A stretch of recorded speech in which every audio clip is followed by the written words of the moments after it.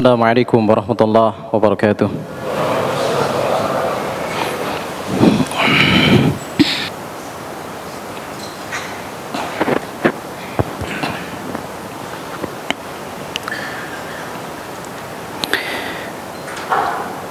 Innal hamdalillah nahmaduhu wa nasta'inuhu wa nastaghfiruh wa na'udzu billahi min shururi anfusina wa sayyiati a'malina. Man yahdihillahu fala mudilla lahu wa man yudlil fala hadiya lahu. Asyhadu an la ilaha illallah wahdahu la syarika lahu wa asyhadu anna Muhammadan 'abduhu wa rasuluh. Allahumma shalli wa sallim wa barik ala Muhammad wa ala alihi wa sahbihi wa man tabi'ahu bi sunnatin la yaumil qiyamah. Qala Allah tabaraka wa ta'ala fi kitabihil karim. A'udzu billahi minasy syaithanir rajim. Ya ayyuhalladzina amanu taqullaha haqqa tuqatih wa la tamutunna illa wa antum muslimun. Wa qala ya ayyuhalladzina amanu taqullaha wa qulu qawlan sadida yuslih lakum a'malakum wa yaghfir lakum dhunubakum wa man yuti'illaha wa rasulahu faqad faza fawzan 'azima. Fa inna asdaqal hadits kitabullah wa khairul huda huda Muhammadin sallallahu alaihi wa ala alihi wasallam wa syarrul umuri muhdatsatuha wa inna kulla muhdatsatin bid'ah wa kulla bid'atin dhalalah wa kulla dhalalatin finnar. Duyufur Rahman, para tamu undangan Allah, a'azzani Allah, yang dimuliakan Allah Subhanahu wa taala. Alhamdulillah, senantiasa kita bersyukur kepada Allah atas segala limpahan nikmat serta rahmatnya kepada kita semua, sehingga pada siang hari ini kita masih bisa melaksanakan salah satu daripada kewajiban kita sebagai hamba Allah, yaitu melaksanakan sholat Jumat secara berjamaah di masjid ini. Yang kita berharap kepada Allah, mudah-mudahan sholat Jumat yang akan kita kerjakan serta rangkaian-rangkaian ibadah yang selalu kita kerjakan, amal-amal soleh baik yang wajib maupun yang sunnah yang dicontohkan Nabi SAW, senantiasa diterima dan diberikan ganjaran insya Allah Subhanahu wa ta'ala. Salawat serta salam semoga tetap tercurahkan kepada Nabi Allah Muhammad bin Abdullah sallallahu alaihi wa ala alihi wasallam, kepada para keluarga beliau, para sahabatnya, dan orang-orang yang senantiasa istiqomah di dalam mengikuti sunnah-sunnah yang diajarkan oleh Rasulullah SAW.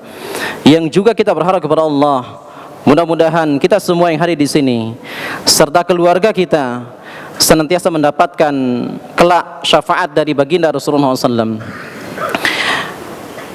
Jamaah kaum muslimin azani Allah yang dimuliakan Allah Subhanahu wa taala. Kita menjalankan berbagai macam ibadah selama di bulan Ramadan ini. Ibadah yang kita kerjakan, yang semuanya kita berharap kepada Allah Subhanahu wa taala. Ibadah tersebut yang menjadikan diri kita termasuk daripada orang-orang pilihan Allah yang dilahirkan oleh bulan Ramadan nantinya, ketika bulan Ramadan kembali kepada Allah Subhanahu wa taala.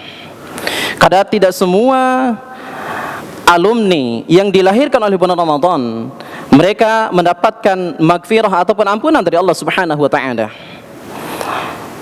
Ada alumni yang bertakwa kepada Allah Subhanahu wa taala. Ada alumni yang justru mendapatkan kecelakaan sebagaimana yang disampaikan oleh baginda Rasulullah SAW dalam hadisnya yang sahih.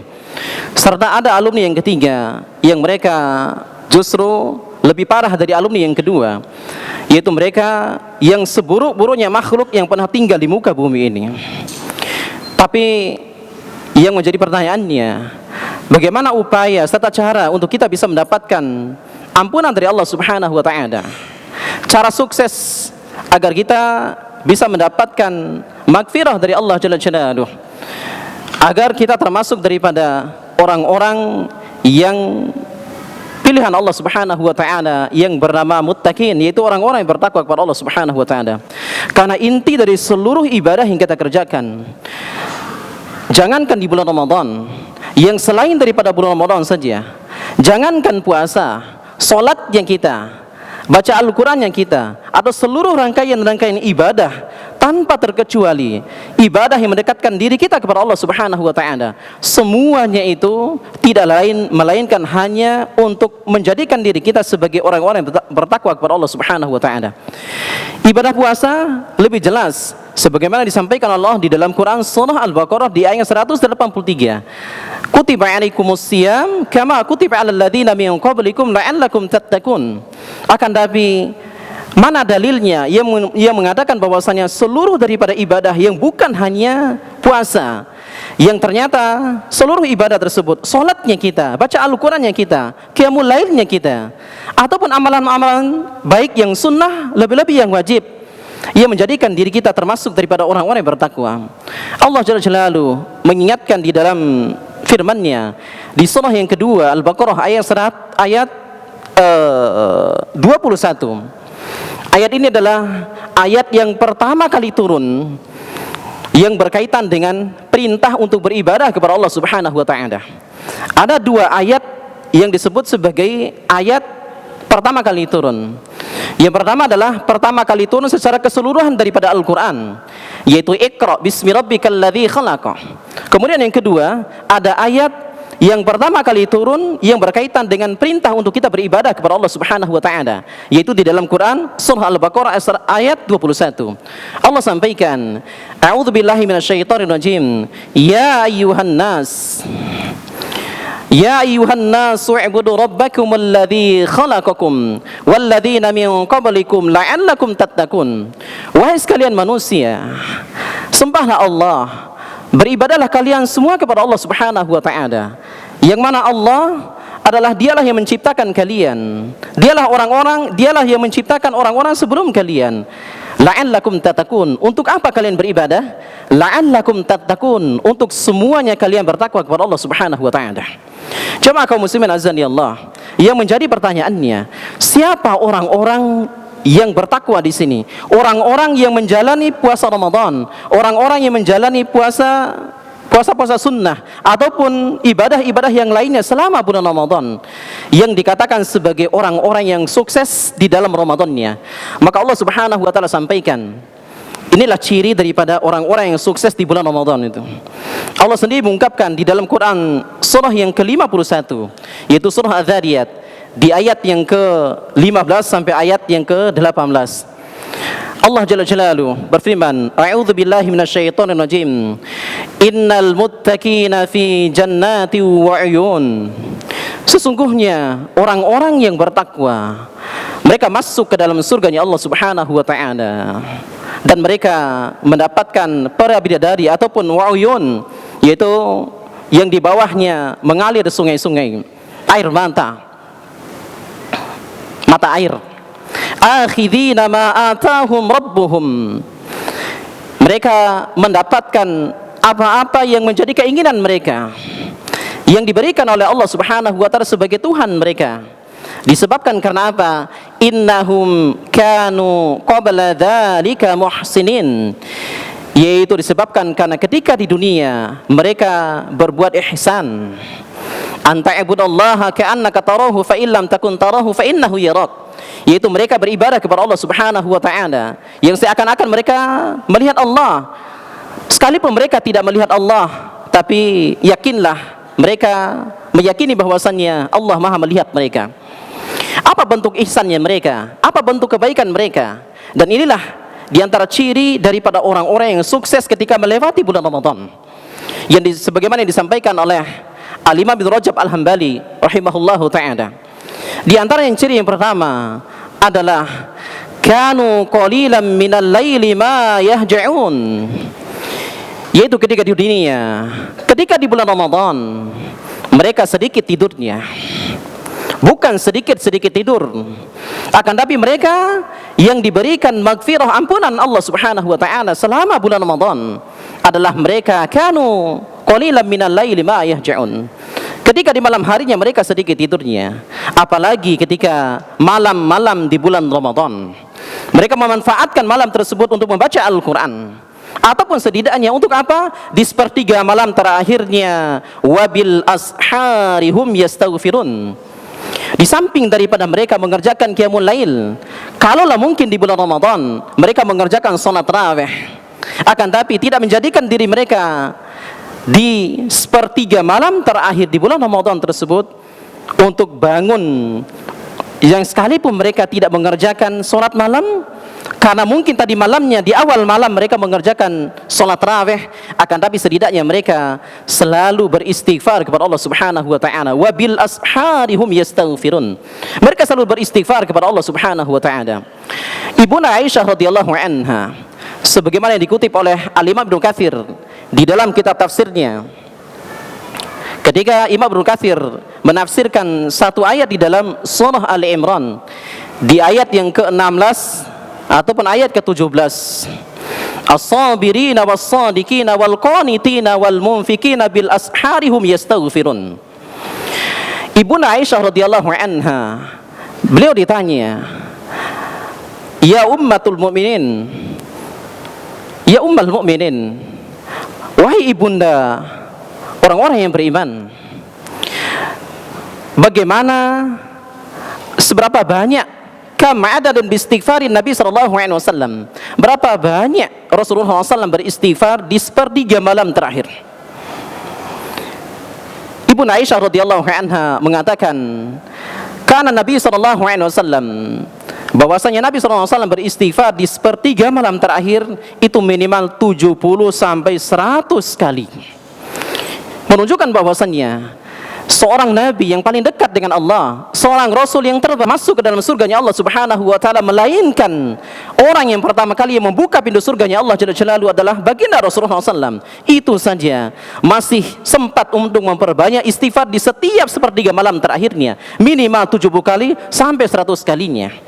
Kemudian Ibu Aisyah radhiyallahu anha ditanya, "Ma sighatun Nabi sallallahu alaihi wasallam biistighfari?" Bagaimana sigoh yang diucapkan oleh Nabi SAW, lafaz yang diucapkan oleh Nabi SAW ketika istighfarnya di sepertiga malam terakhir?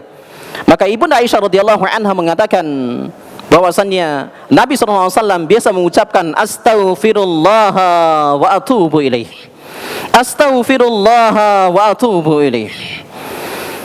Maka beda halnya dengan istighfarnya kita yang sesuai dengan sunnah Nabi SAW seusai kita sholat 5 waktu. Kalau sunnah seusai solat 5 waktu adalah astaghfirullah, astaghfirullah, astaghfirullah, hanya 3 kali, dan sighahnya ataupun lafadznya jelas, hanya astaghfirullah saja. Adapun istighfarnya Rasulullah SAW di sepertiga malam terakhir adalah astaghfirullah wa atubu ilaih. Ini sebagaimana yang diriwayatkan oleh Imam Abu Nuaim di dalam kitabnya Hilyatul Auliya wa Tabaqatul Asfiyah.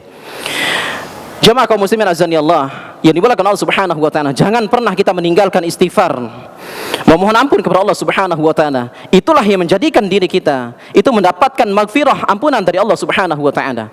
Jangan sampai kita termasuk daripada orang-orang yang disabdakan oleh Nabi sallallahu alaihi wasallam di dalam hadis riwayat Imam Muslim. Nabi sallallahu alaihi wasallam menyampaikan, "Rugibaan man adraka Ramadan falam yughfarlah."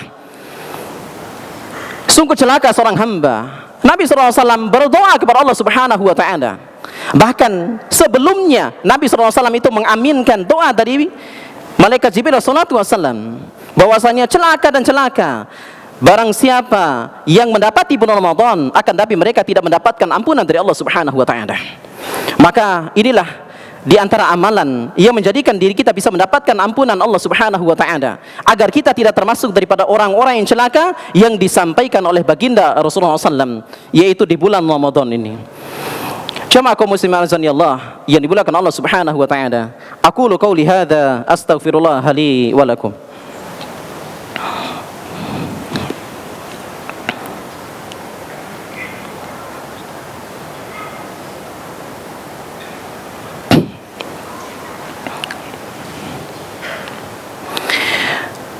Innal hamdalillah hamdan katsiran tayyiban mubarakan fihi kama yuhibbu rabbuna wa yarda.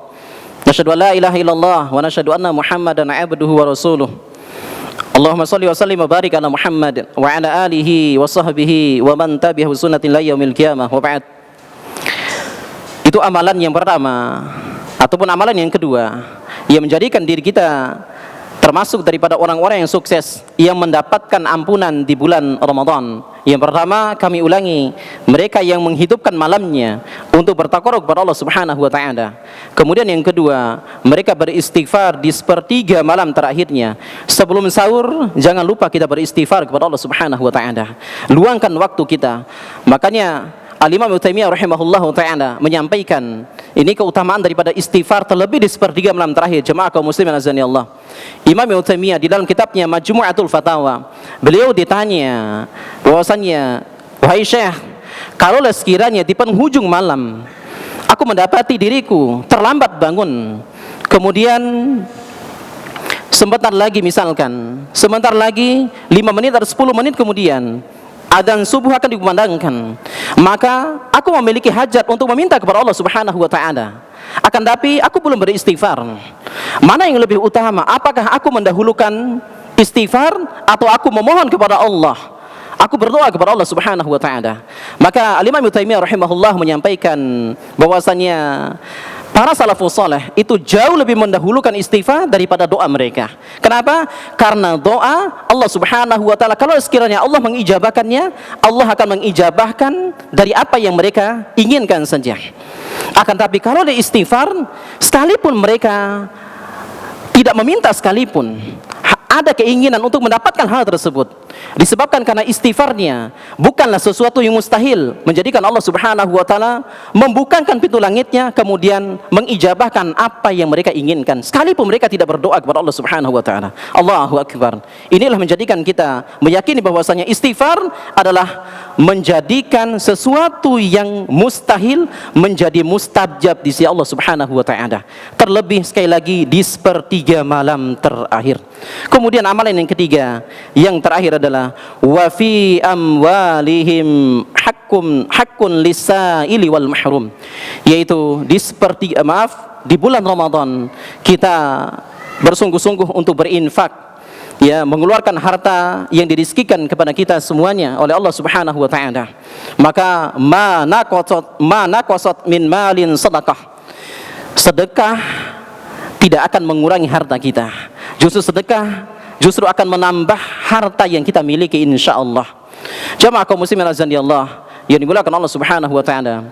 Mungkin ini saja yang bisa kami sampaikan pada khutbah kesempatan kali ini. Mudah-mudahan apa yang kami sampaikan bermanfaat untuk diri kita semuanya.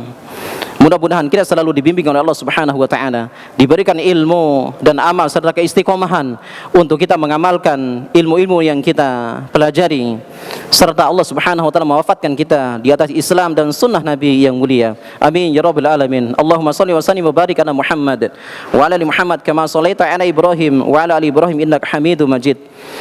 Wa barik ala Muhammad wa ala Muhammad kama barakta ala Ibrahim wa ala ali Ibrahim innaka Hamidum Majid. Allahumma ighfiril muslimina wal muslimat walil mu'minina wal mu'minat al-ahya'i minhum wal amwat innaka samii'un qaribun mujibud da'awat. Allahumma inna nas'aluka al-huda wat tuqa wal 'afaf wal ghina. Rabbana la tuzigh qulubana ba'da idh hadaytana wa hab lana min ladunka rahmah innaka antal wahhab. Rabbana hab lana min azwajina wa dhurriyyatina qurrata a'yun waj'alna lil muttaqina imama. Allahumma tawaffana 'alal islami was sunnah. Allahumma tawaffana bi husnil khatimah. Allahumma anta rabbuna farzuqna al istiqamah. Rabbana dhalamna anfusana wa illam taghfir lana wa tarhamna lanakunanna min khasirin. Rabbana atina fid dunya hasanah wa fil akhirati hasanah wa qina adzaban nar. Subhana rabbika rabbil izzati amma yasifun wa salamun 'alal mursalin walhamdulillahi rabbil alamin. Aqimus shalah.